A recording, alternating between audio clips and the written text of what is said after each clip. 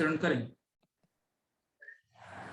वंदे तो सौवसिद्धे धौमचल मणुवं गदिं पाते वोचामि समय पाहुडु मिणिमो सुद केवली भणिदम।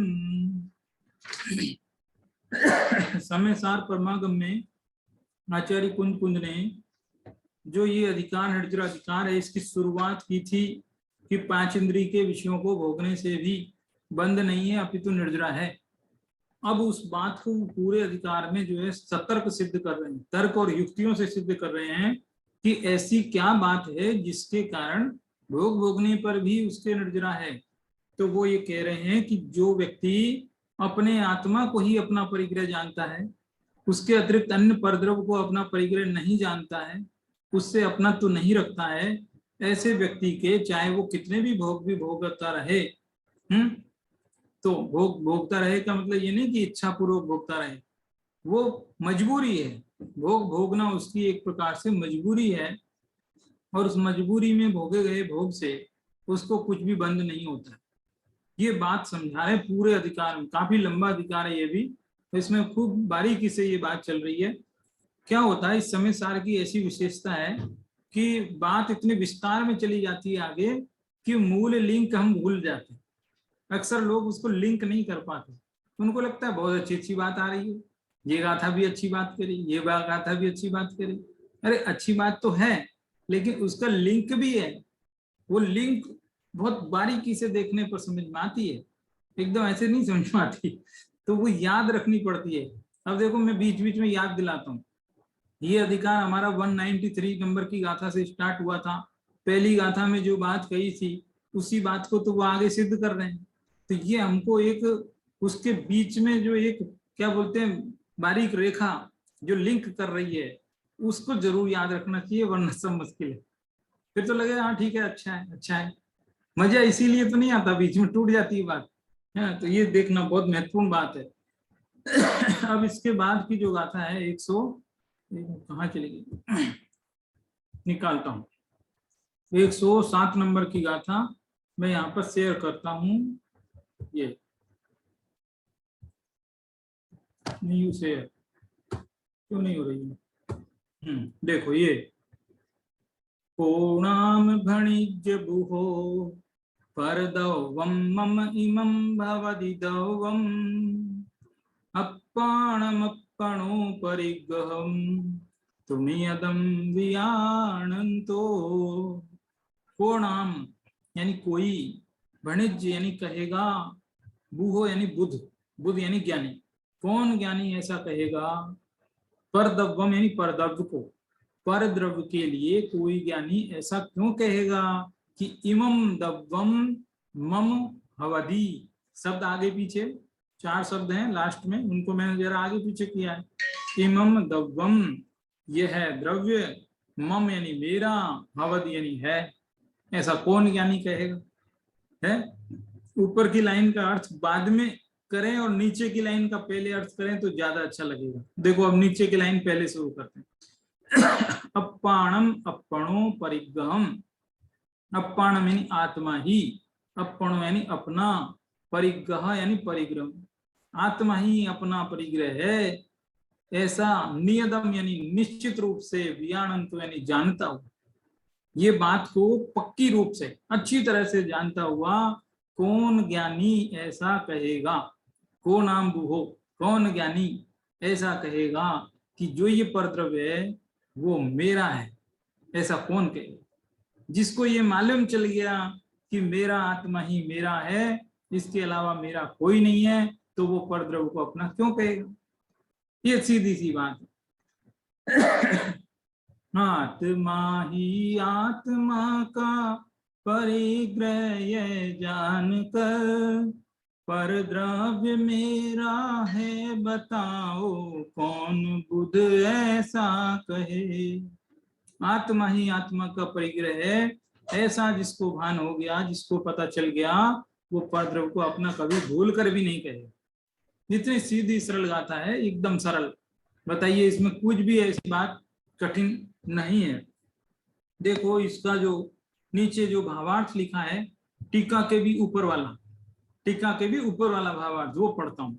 वो बहुत ही एकदम प्रैक्टिकल है, हमारे और आपके लौकिक जीवन से संबंधित है, इसलिए वो पढ़ता हूँ। लौकिक सज्जन पुरुष भी, लौकिक सज्जन पुरुष भी लोक में पर पदार्थ को अपना नहीं कहता, उस पर अधिकार करने की चेष्टा नहीं करता, तो फिर अलौकिक आत्मज्ञानी पुरुष पर को अपना कैसे मान सकता है, कैसे जान सकता है, कैसे उनसे चिपटा रह सकता है? क्या तर्क दिया? जैसे मान लो मुझे पता चल जाए कि ये मोबाइल आपका है, तो मेरे क्या, फिर तो मैं क्यों उसको अपना कहूंगा? जब मुझे पता है कि ये मेरा नहीं है तो मैं क्यों कहूंगा? और यदि कहूंगा तो, यदि मैं उसको भी ये मालूम है कि ये दूसरे के पैसे हैं, दूसरे की चीज है, और फिर मैं ये कहूं कि ये मेरा है, तो ये क्या हुआ?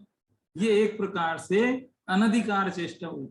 अनधिकार चेष्टा यानी कि एक प्रकार से हठपूर्वक, नहीं मेरा है, मेरा मतलब चोरी हो गई, दूसरे की वस्तु को अपना समझना चोरी है। बताओ, जब लोक में ये रीति है तो फिर ये जो परमार्थ के रास्ते में भी तो वही नियम है।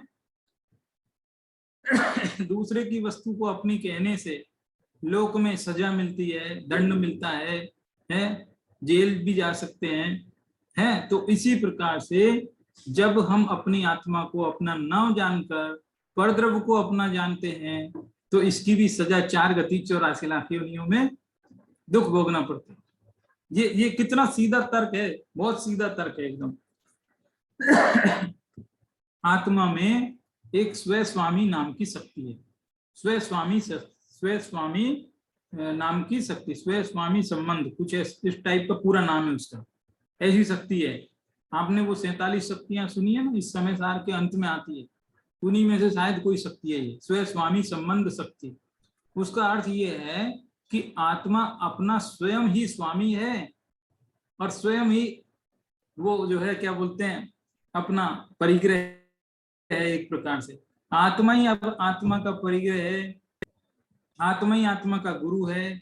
ये ऐसे सेंटेंस सुने कि नहीं सुने पता नहीं। भूतबली आचार्य पुष्पदंत, भूतबली और पुष्पदंत के जो गुरु थे ना दर्शन आचार्य, वो दर्शन आचार्य ने अपने शिष्यों को कहा कि जाओ, जिनवाणी लिखने की वो थी उनके पास चैलेंज बहुत बड़ा, कहने का चैलेंज का मतलब परिस्थिति, चुनौती, कि इस दुनिया में अब जिनवाणी समाप्त होती जा रही है, इसको लिपिबद्ध करना जरूरी हो गया। कौन लिपिबद्ध करेगा? मेरी तो आयु न जाने कब कब्र में कब चले जाऊं मैं। तो वो जो है 2 शिष्यों को बुला करके उनको कहा कि तुम जिनवाणी लिखो, लेकिन लिखने के पहले उनकी परीक्षा तो ले लें कि वो योग्य है कि नहीं, लिख पाएंगे कि नहीं। तो उनको मंत्र दे करके कहा जाओ इस मंत्र की साधना करो, है मंत्र की साधना करने पर ये होगा, यदि नहीं होगा तो समझना मंत्र में मिस्टेक है ना। और वो मिस्टेक को पूछने चले मत आना मेरे पास, क्यों? क्योंकि तुम्हारा आत्मा ही तुम्हारा गुरु है। तुम अपने आत्मा से पूछ लेना, अपने विवेक से काम करना, मेरे पास मत आना। है जो बॉस बार बार अपने एम्प्लॉय को अपने पास बुलाए तो इसका मतलब कमजोर है। तो इस तरह से कहने का अर्थ यह है कि हमारा आत्मा ही हमारा गुरु भी है, हमारा आत्मा ही हमारा परिग्रह भी है। देखो यहाँ इस गाथा में आचार्य कुंद कुंद की बहुत सारी गाथाओं में यदि कोई दुराग्रही व्यक्ति हो, छल ग्रहण करने की इच्छा वाला हो, तो वो ऐसा ग्रहण करेगा। अरे परिग्रह तो उसे कहते हैं जो बाहर से ओढ़ा जाता है। ये क्या बात हुई? आत्मा का परिग्रह आत्मा को कह दिया, ये कोई बात है? परिग्रह तो उसे कहते हैं जिसको हम बाहर से अपनाते हैं। मूर्छा परिग्रह, तत्वार सूत्र में कहा है परिग्रह की परिभाषा, मूर्छा को परिग्रह कहते हैं। मूर्छा का अर्थ भी बहुत लोग नहीं जानते, बहुत लोग जानते हैं तो गलत जानते हैं। लोक में जो अर्थ चलता है वो जानते हैं, लेकिन वो अर्थ यहाँ नहीं है अपने धर्म ग्रंथों के हिसाब से, वो वाला नहीं है। मूर्छा मतलब बेहोशी, ऐसा अर्थ नहीं है यहाँ पर। जगत में ऐसा अर्थ होता है मूर्छा का मतलब बेहोशी, और वैसे देखा जाए तो बेहोशी है। कौन सी बेहोशी? कि पर द्रव में एकत्व ममत्व की जो बुद्धि वाली जो बेहोशी है ना, उसको कहते हैं मूर्छा। और वही मूर्छा असली परिग्रह है, वस्तु का परिग्रह तो बाद की बात है। ऐसा परिग्रह का मीनिंग है। क्या समझ में आया? परिग्रह कहते हैं परद्रव के प्रति अपनत्व। चाहे देखो ध्यान देना, सेंटेंस में बिल्कुल जैसे लॉयर होते हैं ना, एक एक शब्द पकड़ते हैं, वैसे ध्यान देना। परद्रव परिग्रह नहीं है, परद्रव के प्रति जो अपनत्व बुद्धि है वो परिग्रह। अब समझना, वो परद्रव अपने पास रहे नहीं रहे कोई चक्कर नहीं, अपनी यदि अपनत्व बुद्धि है तो भी परिग्रह है, अपनत्व बुद्धि नहीं है तो परिग्रह नहीं है। परद्रव सामने है, अपनत्व बुद्धि नहीं है तो परिग्रह नहीं। परिद्रव अपने पास है ही नहीं और अपनत्व बुद्धि है, इसका मतलब परिग्रह। ऐसे परिग्रह की परिभाषा। अब कोई छल ग्रहण करता हुआ आदमी ये कहे कि अरे आत्मा को आत्मा का परिग्रह ऐसे कैसे कह सकते हैं, क्या आत्मा मूर्छा वाला है, क्या आत्मा में एकत्व मत, ऐसा कुछ बेहोशी जैसी कुछ बात है क्या, कि नहीं नहीं, तो फिर ऐसा क्यों कहा? तो कहते हैं कि ये समझाने की भाषा है समझाने की भाषा है ये। जैसे मान लो क्या होता है कि किसी आदमी के पास मोटरसाइकिल है, वो मोटरसाइकिल से आता जाता है, अपना काम करता है तो मजाक में उसके दोस्त कहते हैं चलो निकालो अपना एरोप्लेन, चलेंगे अपन मोटरसाइकिल को एरोप्लेन कहते हैं कि चलो निकालो अपना एरोप्लेन, चलेंगे कहीं घूम। तो अब बताओ वो एरोप्लेन है कि नहीं है? देखा जाए तो नहीं है वास्तव में, लेकिन फिर भी एरोप्लेन क्यों कहते हैं? क्योंकि उसके लिए तो वही एरोप्लेन, भाई वो तो उसी से अपना काम करता है, उसका काम उसी से चल जाता है, तो उसके लिए वही एरोप्लेन है। उसी तरह से आत्मा का परिग्रह, आत्मा मतलब वास्तव में परिग्रह तो कुछ होता ही नहीं है आत्म।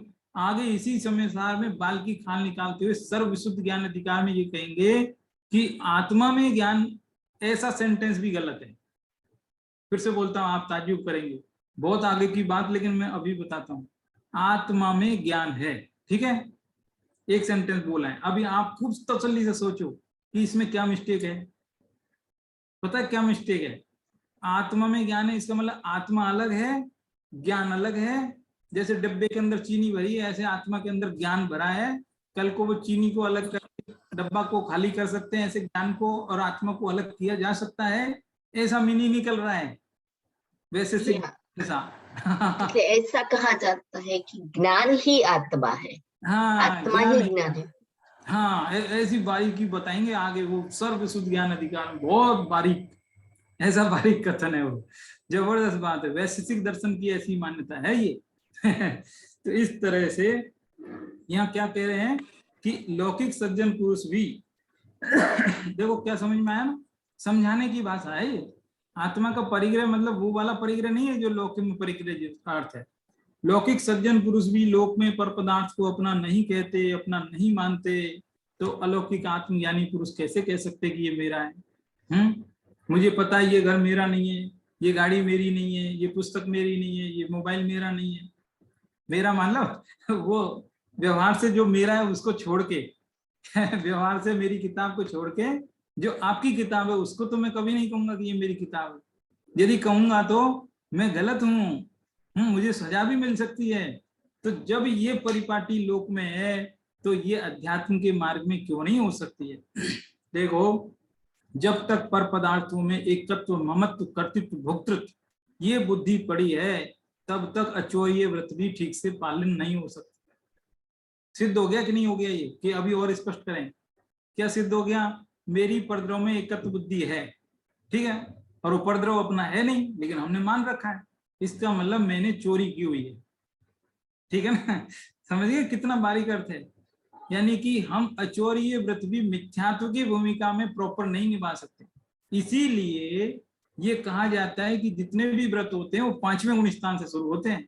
चौथे में पहले मिथ्यात्व जाए तब व्रत आएंगे, उसके पहले तो वास्तव में व्रत होते ही नहीं। कितनी जबरदस्त बात है ये, गजब बात है देखो, ये परिग्रह के मामले पूरे 5 व्रतों की, ये तो चोरी की बात है, पूरे 5 व्रतों की बात बताएं। अभी ये परिग्रह की बात चल रही है, ठीक है। अपरिग्रह नाम का भी एक व्रत है, उसकी भी बात देखो। वो भी तभी होगा जब पहले सम्यक दर्शन होगा, तब एक बार एक परिग्रह प्रमाण, परिग्रह परिमाण होता है ना, तो परिग्रह परिमाण व्रतधारी उसने कहा भाई हमने तो सबका परिमाण किया है, कि क्या परिमाण किया है? तो वो झटपट अपने पैसों का हिसाब किताब बताने लगे कि हमने इतने इतने, ऐसा बैंक बैलेंस, ये इतना इतना ऐसा। कह रहे नहीं नहीं, तुम्हें मालूम है परिग्रह कितने होते हैं?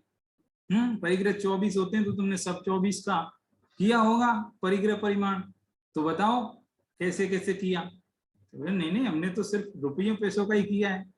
कि अच्छा रुपयों पैसों का किया है, परिग्रह तो 24 है, और 24 के नाम तो आपको मालूम ही होंगे। देखो 24 में सबसे पहला परिग्रह है मिथ्यात्व, है कि नहीं। 10 तो बहिरंग परिग्रह होते हैं और 14 अंतरंग परिग्रह होते हैं। पहले अंतरंग से बात शुरू होती है, फिर बाहर की तरफ आती है। तो कुल मिलाकर 24 परिग्रह होते हैं, जिनमें सबसे पहला परिग्रह है मिथ्यात्व। अब ये बताओ भाई कि ये मिथ्यात्व का आपने परिग्रह परिमाण किया है कि नहीं किया है, और यदि किया है तो मुझे ये समझाओ कि मिथ्यात्व कितना तो रखने योग्य है और कितना छोड़ने योग्य है। मिथ्यात्व भी कुछ रखने जैसा है क्या, थोड़ा बहुत। मिथ्यात्व तो पूरा ही छोड़ने योग्य है, इसलिए मिथ्यात्व का तो परिग्रह परिमाण हो ही नहीं सकता है।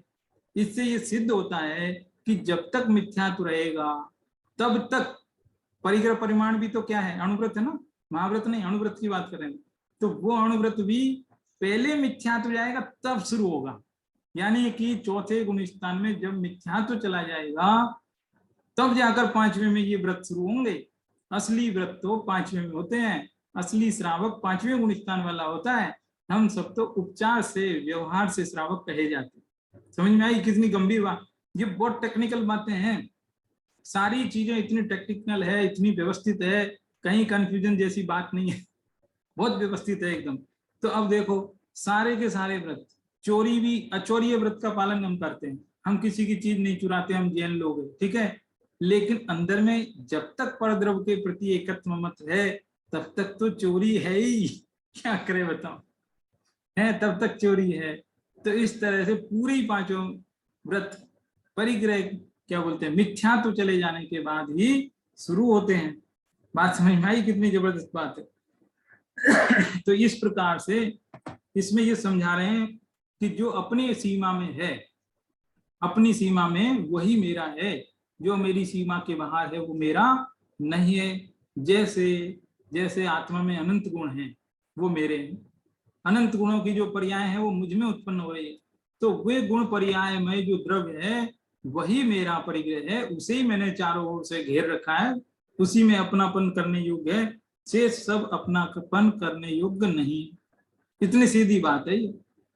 देखो अंतरंग परिग्रह भी हैं 14। देखो पहली बात तो बाहर के 10 के ही पूरे पता नहीं ठीक से, चलो माना कोई पता है, लेकिन अंतरंग के 14 परिग्रह, उनके बारे में जगत में बहुत लोगों को बहुत भ्रम है। एक एग्जाम्पल से बताता हूँ, छोटा सा एग्जाम्पल, बड़ा मार्मिक है। ये समझो जयपुर में, राजस्थान की राजधानी जयपुर गुलाबी शहर, वहाँ जो है मूर्ति का काम होता है, मूर्तियां बनती है, भगवान की मूर्ति पूरे भारत भर में सप्लाई होती है, जैनों की नहीं अजैनों की हिंदू मूर्तियां भी बनती है। तो वो सब लोग जहाँ भी मंदिर बनते हैं, मूर्ति स्थापना होती है, तो जयपुर जाते हैं मूर्ति खरीदने, है फिर प्रतिष्ठा होती है मूर्ति की। तो लोग कहते हैं कि भाई बहुत सुंदर मूर्ति चाहिए, बहुत सुंदर मूर्ति चाहिए, बड़ी हंसमुख होनी चाहिए, एकदम देखते आनंद आ जाए। अभी सोचो ये क्या बात हुई, भगवान की मूर्ति हंसमुख होती है क्या? हंसना भी एक कसाय है 25 कसायों में एक हास्य नाम की कसाय, हास्य रति अरति शोक भय जुगुप्स, हास्य भी कसाय है, हंसना भी कसाय होती है। ये बात पता हो तो वो आदमी कभी ये नहीं बोलेगा कि भगवान की मूर्ति हंसमुख चाहिए। भगवान हंसने वाले नहीं होते, सौम्य मुद्राधारी होते हैं। भगवान वीतरागी हैं, इसलिए उनका हंसना रोना दोनों नहीं चलेगा। हंसना राग है तो रोना द्वेष है, तो हंसना रोना एक कसाय का ही एक रूप है, बहुत सूक्ष्म कसाय है, मुख कसाय है, इसलिए हंसमुख नहीं होते, सौम्य मुख होते हैं, वीतराग मुख होते हैं। भगवान की प्रतिमा के लिए भी बहुत लोग जब नहीं जानते हैं तो ये विशेषण का प्रयोग कर देते हैं, अरे देखो कितनी हंसमुख प्रतिमा है। हंसमुख नहीं, वीतराग प्रतिमा है, सौम्य मुद्रा है, इस तरीके के शब्द प्रयोग किए जाते हैं। तो ऐसे आप एक एक चीज पे लगाइए। हंसना जैसे कसाय है, वैसे आप किसी को ईर्ष्या कर रहे हैं, द्वेष कर रहे हैं, ये सब भी कसाय हैं। पर कसाय मतलब परिग्रह हैं, परिग्रह हैं ये सब, अंतरंग परिग्रह। रति, रति भाव भी अंतरंग परिग्रह है। भय, डर लग जाता है तो वो भी अंतरंग परिग्रह है। ये इतने परिग्रह है? लेकिन देखा जाए तो ये जो डर है, ये जो रति है, ये हास्य है, ये सब कर्मों के फल हैं, कर्मों के उदय से उत्पन्न होने वाले भाव हैं, इसलिए वो मेरे नहीं है। मैं उनसे पृथक एकमात्र जो है अपरिग्रही भगवान आत्मा हूं। ये बात जो है ज्ञानी जीव समझते हैं। बताइए कितनी सरल सरल बात है, कोई कठिन नहीं, एकदम सरल है ना। अब देखो एक प्रश्न है कि क्या आत्मा को आत्मा का परिग्रह होता है?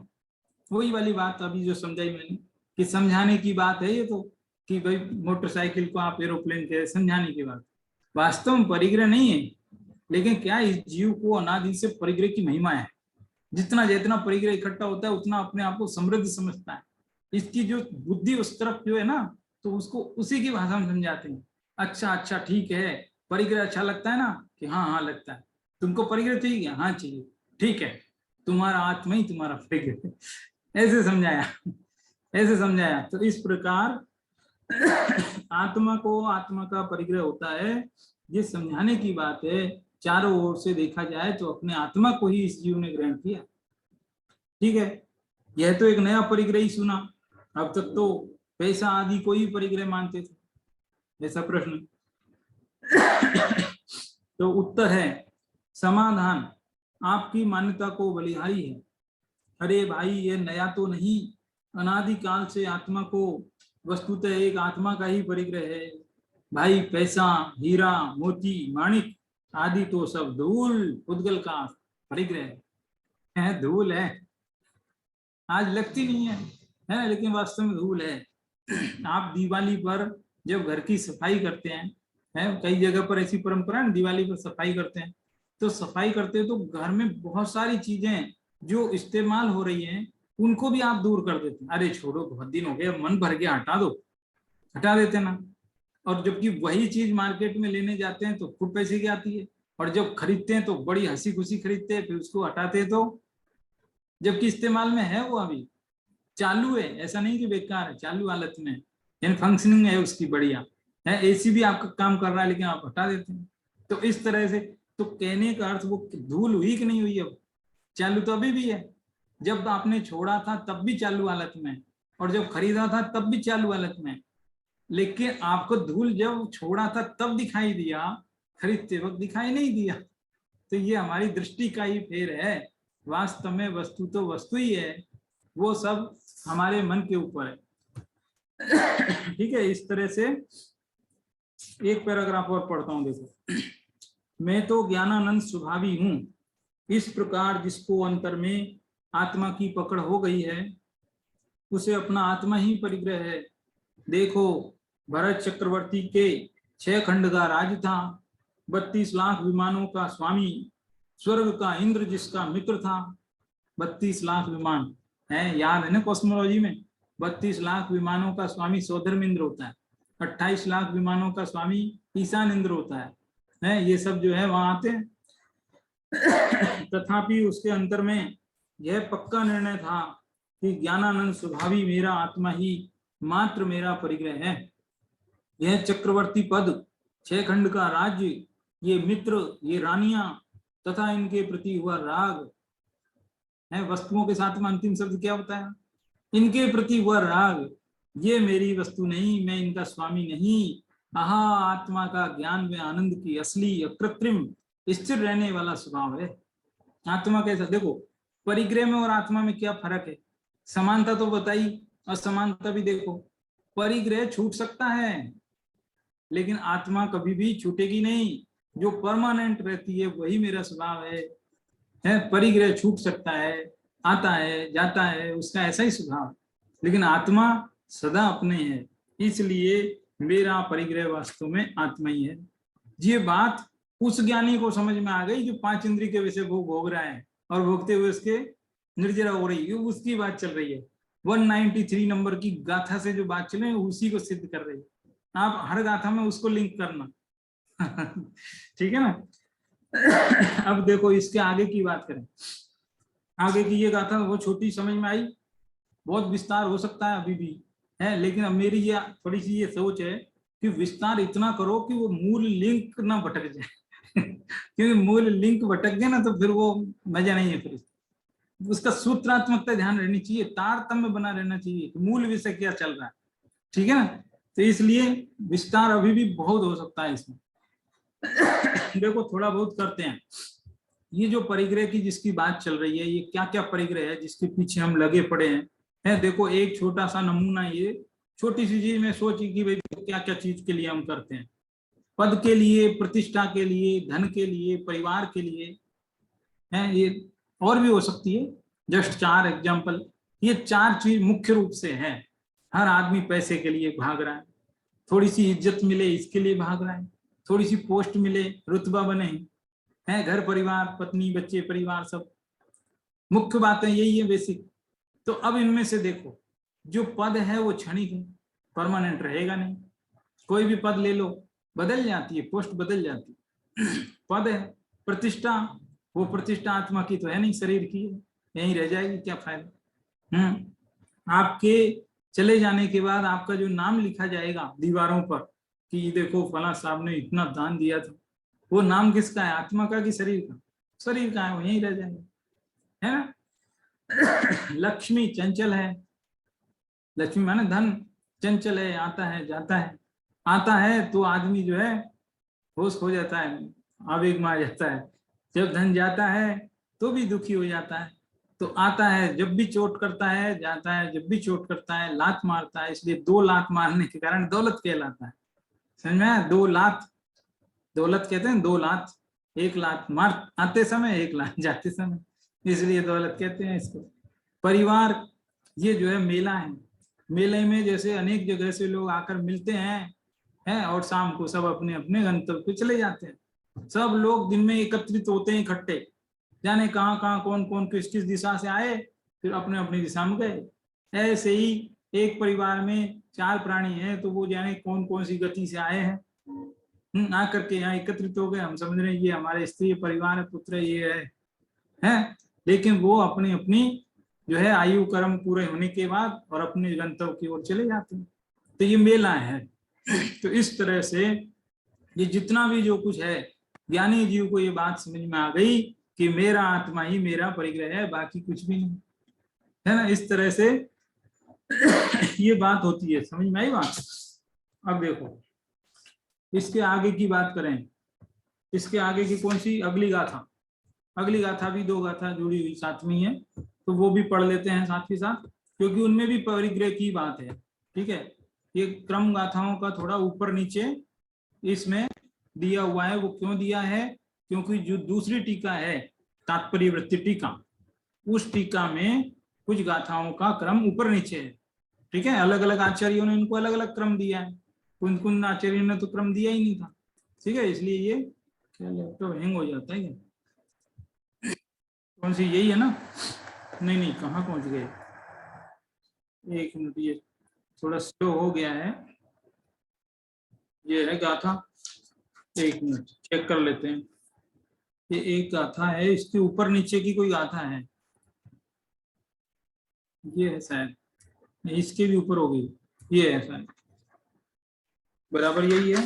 हाँ, मध्यम परिगहो यदि तदो वह मजीवदम तु गच्छेज प्रणादेव अहम यम्मा तम्माण परिगहो मध्य परिग्रहो, परिग्रह मध्य यानी मेरा। यदि परिग्रह, जय जय का मतलब होता है यदि, यदि परिग्रह मध्य यानी मेरा बने, परिग्रह मेरा हो जाए सच में, जिसको मैं कहता हूं कि ये मेरा, ये पुस्तक मेरी, ये घड़ी मेरी, और वास्तव में वो मेरी हो जाती है। 1 मिनट कल्पना करो सच में ही वो मेरी होती तो क्या होता। तो कह रहे हैं अहम अजीवदम तु गच्छे, जय अहम यानी मैं, अजीवदम यानी अजीव बने को, गच्छे यानी प्राप्त, मैं खुद अजीव बन जाता। यदि अजीव द्रव्य मेरा हो जाता तो मैं खुद भी अजीव ही बन जाता, चेतन नहीं रहता। या फिर वो अजीव को चेतन बनना पड़ता, वो अजीव नहीं रहता फिर, तभी तो वो मेरा कहता होता। क्योंकि दोनों एक रूप ही होने चाहिए, एक जीव हो और दूसरा जीव हो तो उनमें आपस में संबंध नहीं बन सकता। संबंध बराबर के द्रव्यों में ही बनेगा, एक जैसे द्रव्यों में ही बनेगा। तो वो क्या है, यदि परद्रव्य मेरा हो जाता तो तो वो परद्रव्य रूप मैं खुद हो जाता या वो परद्रव्य मेरे चेतन रूप होना पड़ता, उस दोनों में से किसी एक को बदलना पड़ता है ना। पति पत्नी की शादी हो, मतलब लड़के लड़की की शादी हो, तो या तो वो जो है पत्नी के अनुरूप पति बदल जाए और या पति के अनुसार पत्नी बदल जाए तो गृहस्थी ठीक है, वरना मुश्किल है। तो वैसे ही ये क्या क्या एग्जाम्पल ऐसा ही है। मज्ज परिग्रहो जई, जई माने यदि, मज्ज यानी मेरा, परिग्रह यदि मेरा हो जाए, तदो यानी तो, अहम मतलब मैं, अजीवदम यानी अजीवपने को, गच्छेज माने प्राप्त हो जाऊं यानी मैं भी परिग्रह अजीव बन जाऊं। नादेव अहम, नादा, नादा प्लस एव, नादा मतलब ज्ञाता, मैं तो ज्ञाता ही रहता हूं, अजीव नहीं बनता। जम्मा यानी इसलिए है, जम्मा यानी क्योंकि, तम्मा यानी इसलिए, इसलिए न परिग्रहो मज्ज, इसलिए वो परिग्रह मज्ज यानी मेरा, न माने नहीं, वो परिग्रह मेरा नहीं हो सकता। मैं फालतू में कहता हूं, मैं जो कह रहा हूं वो झूठ कह रहा हूं कि ये मेरा है, वास्तव में वो मेरा हो ही नहीं सकता। कैसे होएगा? क्योंकि वो जीव होता नहीं है, मैं अजीव होता नहीं, दोनों अपनी अपनी सीमा में रहते हैं। जरा भी मैं चेतनपने को छोड़ के अजीवपने को नहीं आया है, थोड़ा भी अंश मेरा अचेतन नहीं हुआ और अचेतन का थोड़ा भी अंश चेतन रूप नहीं हुआ, तो बताओ कैसे वो मेरा हुआ? लॉजिक भी एकदम न्याय की भाषा में है। यदि परिग्रह मेरा बने तो मैं अजीब बनूं, अरे मैं तो गायक भाव हूं, इसलिए पर मेरे नहीं, मैं तो गायक भाव हूं इसलिए परद्रव्य मेरा हो नहीं सकता। क्या गजब बात है ना। दूसरी गाथा भी साथ में ही पढ़ लेते हैं, जब साथ में ही है तो। कौन सी? 109 नंबर की। देखो क्रम थोड़ा सा यही है। छिज्जदुवा भिज्जदुवा निज्जदुवा एव जादु विपलयम जम्मा तम्मा गच्छदु तहवि गुण परिग्रहो मज्जो। छिज्जदु यानी छिद जाए, भिज्जदु यानी भिद जाए, निज्जदु यानी कोई उसको ले जाए, एहव यानी अथवा, जादु विपलयम यानी चाहे प्रलय को प्राप्त हो जाए, पता नहीं कुछ भी हो जाए उस परिग्रह, मुझे क्या करना, उस परिग्रह का कुछ भी क्यों ना हो, कोई ले जाए, टूट जाए, फूट जाए, खो जाए, नष्ट हो जाए, पर कुछ भी हो जाए है। जम्मा तम्मा गच्छदु, जम्मा तम्मा यानी यहाँ वहां कहीं भी, गच्छदु यानी चला जाए, तहवी यानी तो भी, न परिग्रहो मज्ज, तो भी वो परिग्रह मेरा नहीं है। ये कौन सोचता है? जो 5 इंद्रिय के विषयों के बीच बैठा ज्ञानी पुरुष है ना, वो सोचता है। 193 नंबर की गाथा वाला ये समझ लेना आप, ऐसी लिंक बिठानी है। छिद जाए या ले जाए कोई, अथवा प्रलय को प्राप्त हो, जावे चला चाहे जहां पर परिग्रह मेरा नहीं। छिद जाए, भिद जाए, कोई ले जाए, प्रलय को प्राप्त हो जाए, कुछ भी क्यों ना हो जाए उसका, मेरे को क्या फर्क पड़ता है, मेरे आत्मा में कुछ भी फर्क नहीं पड़ता। ये बात ऐसे लगता है क्यों कह रहे, क्या जरूरत है ऐसी बात की। लेकिन सोचो, यदि आपकी नई गाड़ी हो, कोई स्क्रैच हो जाए, कितना दुख होता है। कह रहे कुछ भी क्यों ना हो जाए, क्या करना, आत्मा का क्या बिगड़ेगा। आपकी कोई भी सुंदर सी चीज है, घड़ी खो जाए, मोबाइल खो जाए, कितना दुख होता है। कह रहे कुछ क्यों ना हो जाए, आत्मा में कुछ नहीं घटेगा। ये जो है बहुत ही गजब की बातें हैं और जल्दी से समझ में नहीं आती, क्योंकि अनादि के संस्कार ऐसे ही हैं और बड़ी विचित्र लगती है। ऐसे लगती है तो शास्त्र की बात शास्त्र में ठीक है, लौकिक में जमती नहीं है, ऐसा ऐसा उसको हम एडजस्ट नहीं कर पाते हैं। लेकिन सच में देखा जाए तो जितनी मात्रा में आप एडजस्ट करेंगे उतनी ही मात्रा में बढ़िया है। यदि 5% एक्सेप्ट हो जाए ना, 5%, उसका एग्जाम्पल दे रहा हूँ, 5% का। 5% का मतलब ये है कि किसी को मोबाइल खोने पर बड़ा भयंकर दुख होता था, 10 दिन तक वो दुख में रहता था, 5 दिन तक खाना नहीं खाता था, ठीक है। अब जब से उसने ये गाथा पढ़ी, समझी, जानी, उसके बाद उसका मोबाइल खो जाए तो वो अब इतना दुखी नहीं रहता, 10 दिन की बजाय 8 दिन दुख रहता। 5%, 5%, ठीक है, कितना 20% हो गया, 10 दिन की जगह तो 8 दिन, ठीक है। तो 20% समझ में, 20% ही फायदा हुआ ना। तो ऐसे करके ये बातें हैं तो जोरदार। अब गले उतरना नहीं उतरना वो बाद की बात है, अपने ऊपर है, लेकिन ये बातें जो है वो बड़ी जबरदस्त बातें हैं, है ना, बड़ी महत्वपूर्ण बातें। देखो क्या क्या बातें चल रही कि ये जो परिग्रह है, ये परद्रव जो है वो कभी भी चेतन रूप नहीं हो सकता है, और चेतन जो है अचेतन। आपको ऐसा भी कह सकते हो कि ये जो दूसरा चेतन है वो तो चेतन है कि नहीं, उसकी भी अत्यंता भाव की दीवार है बीच में दो द्रव्यों में। उसके चेतन के असंख्यात प्रदेश वो मुझसे बिल्कुल भिन्न है, मेरे असंख्यात प्रदेश मुझसे भिन्न है। उसके अनंत गुण उसके हैं, मेरे अनंत गुण मेरे हैं, इसलिए वो वाला चेतन भी मेरा नहीं बनेगा। अजीव की बात तो जाने दो।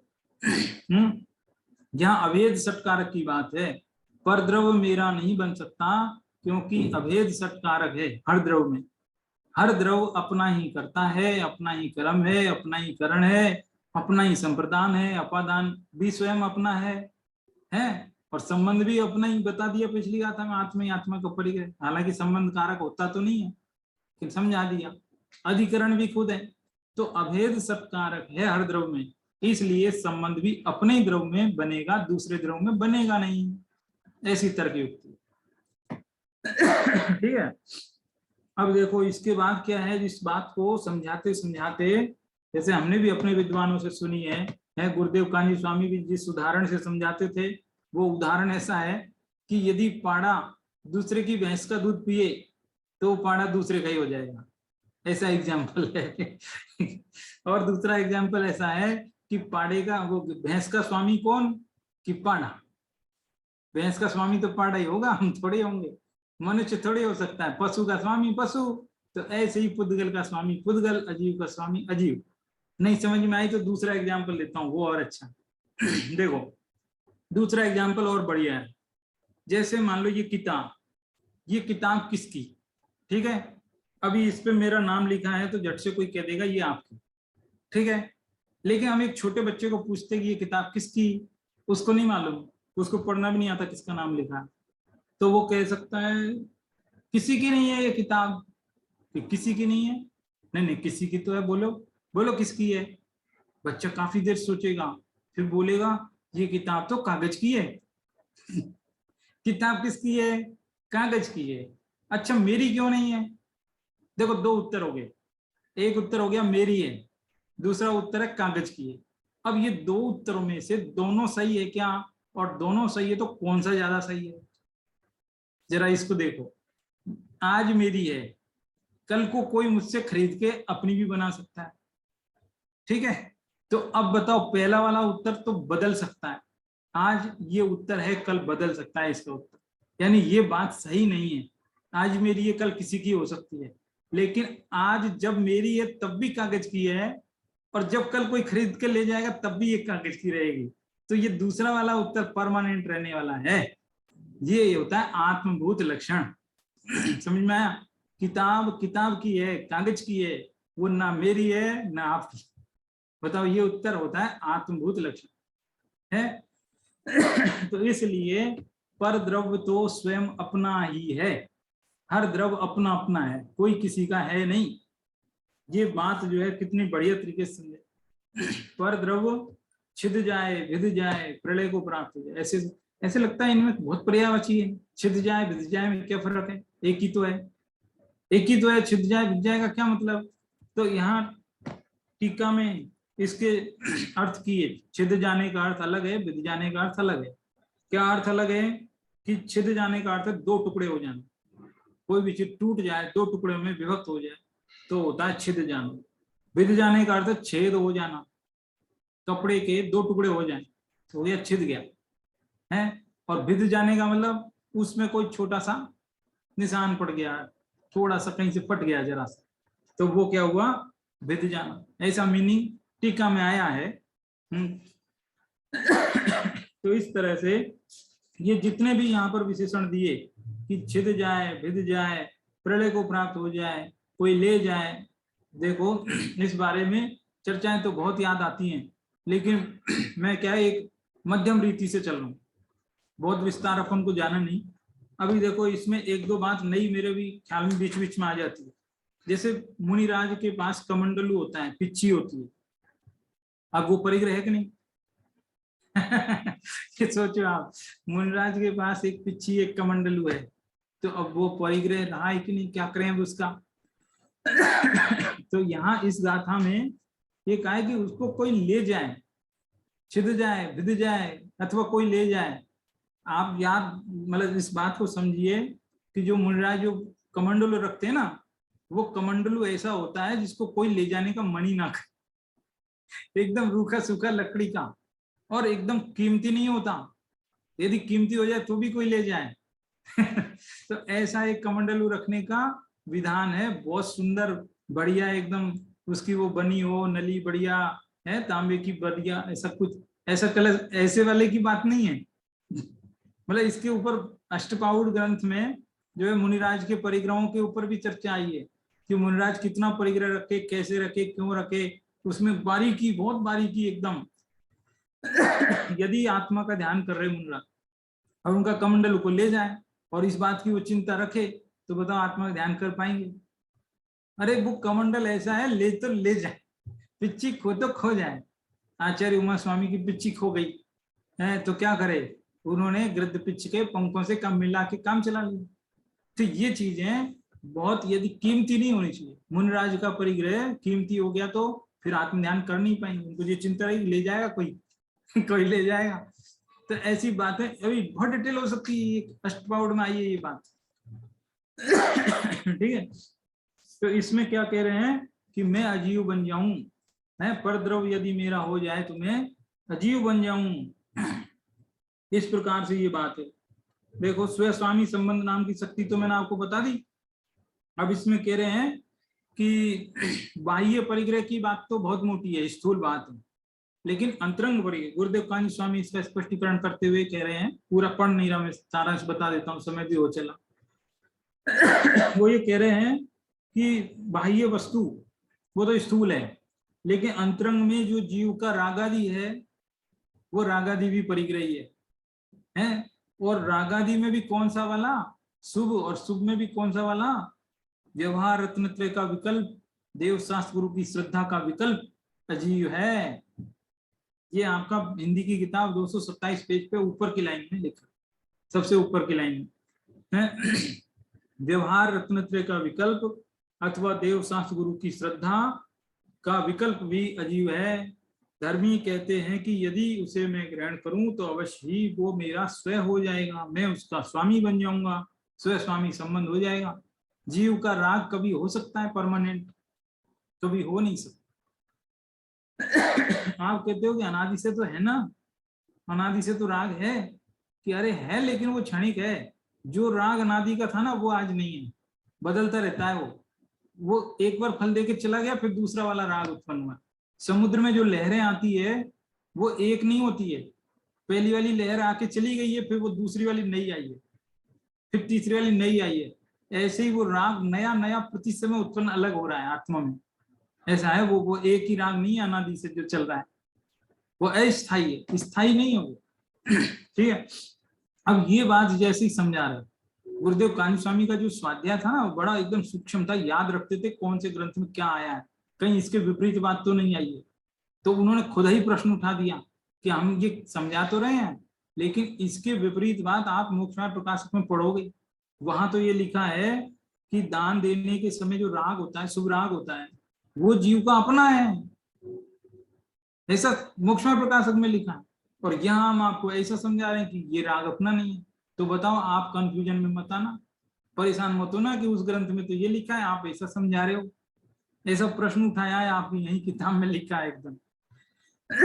तो उसका उत्तर क्या कि जो मोक्षमार्ग प्रकाशक में लिखा है ना, वो पर्याय अपेक्षा से लिखा, वो ये बताता है कि ये राग है ना, वो जीव में से ही उत्पन्न हुआ है, जीव की अपनी जिम्मेदारी है, उसकी कमजोरी से उत्पन्न हुआ है, इसको मिटाने का फर्ज इसी का है, ये बताने के लिए लिखा। और यहाँ हम इसलिए कह रहे हैं कि ये राग मेरा स्वभाव नहीं विभाव है, उत्पन्न भले ही मुझ में हो, ये अलग अपेक्षा अलग अलग है दोनों ग्रंथों, इसलिए विभिन्न ग्रंथों में अलग अलग कथन मिले तो घबराना नहीं, ये कह रहे हैं, ये कह रहे हैं, ठीक है। इस तरह से कुछ कुछ बात समझ में आई होगी। अच्छा देखो, एक बात और बता के थोड़ा समापन करते हैं इसको। अभी अभी जो ये लाइन पढ़ी है थोड़ी सी कठोर लगती है ना, 227 नंबर पेज पे जो ऊपर की लाइन है, एक बार फिर से पढ़ता हूँ, सुनो, देखो कितनी कठोर लगती है, फिर आपको बताते हैं। व्यवहार रत्नत्रय का विकल्प अथवा देव शास्त्र गुरु की श्रद्धा का विकल्प अजीब है, बहुत कठोर लगती है ना। लेकिन जो जिनेंद्र हैं देव शास्त्र गुरु, वो तो हैं देव। देव कैसे हैं? कार्य परमात्मा, आपने सुना हो तो, कार्य परमात्मा, वो तो हो चुके हैं ना सिद्ध। अब क्या है, वो तो पार हो गए, वो पार हो गए। मेरा सोचो, मेरा क्या है, तो मैं कैसा हूं? मैं कारण परमात्मा, मैं कारण परमात्मा हूं जिसे पार होना बाकी है, ठीक है। और वे कार्य परमात्मा जो पार हो चुके, उनका कुछ बाकी नहीं है, ठीक है। तो अब उनकी आराधना करने से, ठीक है, पुण्य बंद होगा, अच्छी बात है, घाटे में तो नहीं रहोगे, लेकिन जितना फायदा चाहिए उतना नहीं है। लेकिन यदि मैं कारण परमात्मा की उपासना करूं, बहुत अच्छा होगा। ये है इसका, समझ में आई बात? ये इस चीज बहुत संक्षेप में निपटा दी बात। यदि ज्यादा जानने की इच्छा हो ना, तो YouTube पर कारण परमात्मा और कार्य परमात्मा का 8-10 मिनट का ही बढ़िया सुंदर संगीत में दादा का, डॉक्टर बारिल का लिखा हुआ एक पद्य बहुत सुंदर है। क्या क्या उसमें अंतर गिनाया उन्होंने, कारण परमात्मा क्या और कार्य परमात्मा क्या, तो बहुत अच्छे से समझाया, उसको सुनना आप, है ना।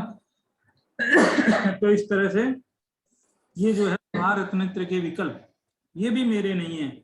इस प्रकार ये पूरे 24 परिग्रहों को ही छोड़ने की बात छोड़ ही दिया एक प्रकार से। किसने?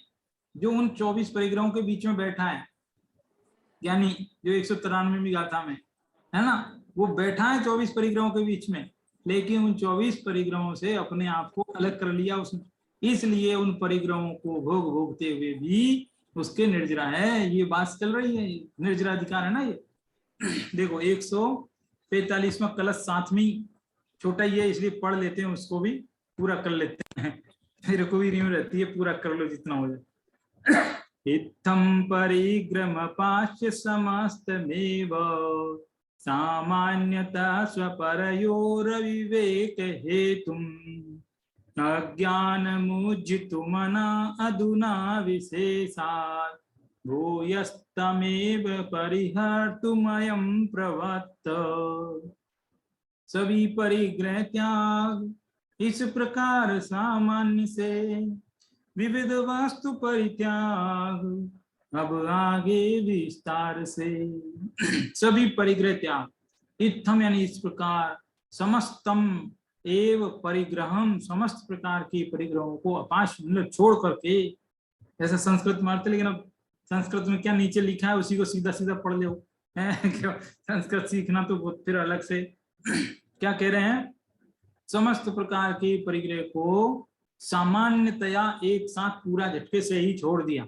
सामान्य का मतलब ये, सामान्य मतलब ठीक है जो भी है सब मेरा नहीं, खत्म, ऐसा, ठीक है। कौन? जिसको क्या लिखा है, जिसको स्वपर के अविवेक के कारण रूप अज्ञान को छोड़ने, अज्ञान को छोड़ना चाहता है, मिथ्यात्व को छोड़ना चाहता है, ऐसा जीव समस्त परिग्रह को एक साथ छोड़ देता है, फिर उसके बाद में उस परिग्रह को विशेष रूप से छोड़ता है। ये दरअसल कलश बाद में लिखे हैं, गाथा पहले लिखी गई, तो वो जो एक गाथा के बाद दूसरी गाथा का जो कनेक्शन बैठाना था ना, वो बैठाने के लिए ये कलश लिखे हैं। तो अब ये कलश ऐसे बिठाया है कि अगली गाथा आप देख रहे हैं अगले पेज पर, है ना, एक एक का नाम ले लेकर के जो बता रहे हैं, तो एक एक का नाम ले लेकर के जो छोड़ते हैं तो उसको कहते हैं विशेष रूप से छोड़ना, और एक एक का बिना नाम लिए एक साथ कहते हैं ठीक है ठीक है। जैसे मान लो आप सबको नमस्कार, तो इसका मतलब हो गया सामान्य से नमस्कार। फिर हम एक एक का नाम लेंगे कि फलाना जी, जयंती जी, जिनको जी जय, सबका एक एक का नाम सब ले लेंगे, तो वो हो गया विशेष नमस्कार। ऐसे अभी कह देंगे 24 तीर्थंकरों को नमस्कार, तो ये हो गया सामान्य नमस्कार। फिर बोलेंगे ऋषभ देव जी को नमस्कार, अजितनाथ जी को नमस्कार, संभव जी को नमस्कार, एक एक का नाम लेंगे, तो वो हो गया विशेष नमस्कार। तो यहाँ तक आज तक जो बात करी ना, आज वो सामान्य रूप से परिग्रह का त्याग हुआ। अब जो अगले व्याख्यान में करेंगे वो विशेष त्याग होगा, क्योंकि उसमें एक एक का नाम ले लेंगे, मैं खाना छोड़ रहा हूँ, मैं पीना छोड़ रहा हूँ, मैं ये छोड़ ऐसा करें। तो इसलिए ये इसमें कह रहे हैं कि सामान्य त्याग हुआ, अब विशेष त्याग की चर्चा अगले व्याख्यान में करेंगे, ऐसी बात है। ठीक है, चलो चर्चा मैंने संक्षेप में ही जो है आपको 3 गाथाएं जल्दी जल्दी बता दी है। थोड़ी बहुत चर्चाएं जो बची हैं वो और चर्चा कर लेंगे अगले व्याख्यान में। ठीक है, धन्यवाद। जय जिनेन्द्र। सर हाँ पूछिए सर, आपने जो स्टार्टिंग में बताया ना, हाँ, कि एक बात है कि आत्मा में ज्ञान है, हाँ? और दूसरे की आत्मा ही ज्ञान है, हाँ? हाँ, हाँ? तो दोनों बात, मतलब वो पहली बात तो आत्मा में ज्ञान है क्योंकि आत्मा में दूसरी क्वालिटीज भी है, मतलब अनंत बल, वीर्य वगैरह। और ये जो आत्मा ही ज्ञान है वो बताने का वजह ये है कि वो भेद विज्ञान, भेद ज्ञान को मतलब हाईलाइट करना चाहते हैं, उसके लिए। नहीं, दरअसल क्या है कि एक दर्शन है वैशेषिक दर्शन, हमारे भारतीय दर्शनों में उसकी ये मान्यता है कि आत्मा और ज्ञान दोनों अलग अलग चीज है, लेकिन एक समवाय नाम की होता है ना, ग्लू होता है, ग्लू चिपका देते हैं किस चीज को, तो जी। ग्लू नाम का ऐसे ग्लू जैसा एक तत्व है जिसका नाम है समवाय। उस समवाय से जोड़ दिया आत्मा को और ज्ञान को, ऐसे चिपका दिया जो। तो ऐसा उनकी मान्यता वैशेषिक दर्शन वालों की, उनके आत्मा ज्ञान दोनों अलग अलग है। लेकिन यदि ऐसी मान्यता हमारी हो जाएगी तो हम जैन और वैशेषिक में अंतर नहीं रहता है, बराबर, थोड़ा माइनर फर्क है ना। और दूसरा क्या होता है, आत्मा में ज्ञान तो है ही, लेकिन वो ज्ञान रूप है, मतलब ज्ञान रूप है आत्मा। बुरा सेंटेंस गलत नहीं हुआ, लेकिन सेंटेंस में बारीकी है वो।